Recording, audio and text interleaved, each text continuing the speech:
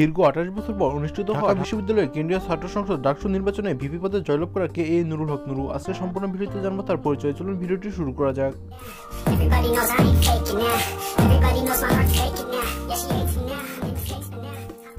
দীর্ঘ 28 বছর পর অনুষ্ঠিত হওয়া ঢাকা বিশ্ববিদ্যালয়ের কেন্দ্রীয় ছাত্র সংসদ ডাকসু নির্বাচনে ভিপি পদে জয়লাভ করেছেন নুরুল হক নুরু।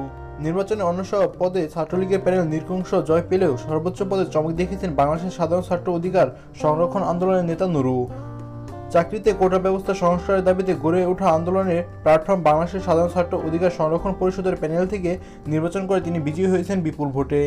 তার প্রাপ্য ভোট ছিল 11,062টি। তার নিকটতম প্রতিদ্বন্দ্বী ছাত্রলীগের কেন্দ্রীয় সভাপতি রেজানুল হক চৌধুরী শোভন পেয়েছেন 9,129টি ভোট। প্রতিদ্বন্দ্বী প্রার্থীর চেয়ে 1,933টি ভোট বেশি পেয়েছেন জয়ী নুরু। ঢাকা বিশ্ববিদ্যালয়ে ইংরেজি বিভাগে 2013-14 শিক্ষাবর্ষের ছাত্র নুরুল বিশ্ববিদ্যালয়ে জীবনে তেমন একটা পরিচিত ছিলেন না। মূলত দেশব্যাপী আলোচিত কোটা সংস্কার আন্দোলনে যুক্ত হয় তাকে ব্যাপক পরিচিতি দিয়েছে। তিনি শিক্ষার্থীদের সংগঠিত করেন। হাসান আল মামুন রাশেদসহ অন্য সব সহপাঠীদের নিয়ে গড়ে তোলেন সাধারণ ছাত্র অধিকার সংরক্ষণ পরিষদ। ওই সময় আন্দোলনকারী সংগঠনের নাম দেওয়া হয় বাংলাদেশ সাধারণ ছাত্র অধিকার সংরক্ষণ পরিষদ। এই সংগঠনের যুগ্ম আহ্বায়ক করা হয় তাকে।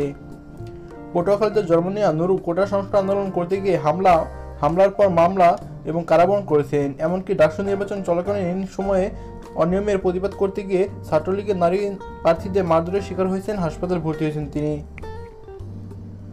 সোমবার দিবাগত রাত 3:15টার পর ঢাকা বিশ্ববিদ্যালয়ের সিনেটের ভবনে যখন উপাচার্য আখতারুজ্জামান বিজয়ী হিসেবে নুরুর নাম ঘোষণা করেছিলেন, তখন আহত নুরু হাসপাতালের বিছানায়।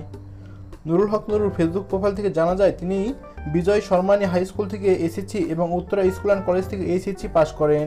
তারপর ঢাকা বিশ্ববিদ্যালয়ের ইংরেজি বিভাগে 2013-14 শিক্ষাবর্ষ অধ্যয়ন করেন। তিনি ঢাকা ইউনিভার্সিটি আইটি সোসাইটির সদস্য। তাছাড়াও তিনি মহসিন হল বিতরক ক্লাবের সদস্য এবং ব্রিটিশ কাউন্সিল বাংলাদেশে কাজ করেছেন। তার ফেসবুক ফলোয়ার 1,13,000-এর বেশি। তার মাসিক আয়, গার্লফ্রেন্ড ইত্যাদি সম্পর্ক অজানা রয়েছে। তবে আপনারা যদি বাকি বিষয়ে জানতে চান তাহলে অবশ্যই কমেন্ট করে জানান। আপনাদের রেসপন্স পেলে ভিডিওটির পার্ট 2-তে বাকি বিষয়গুলো জানানোর চেষ্টা করব। ধন্যবাদ।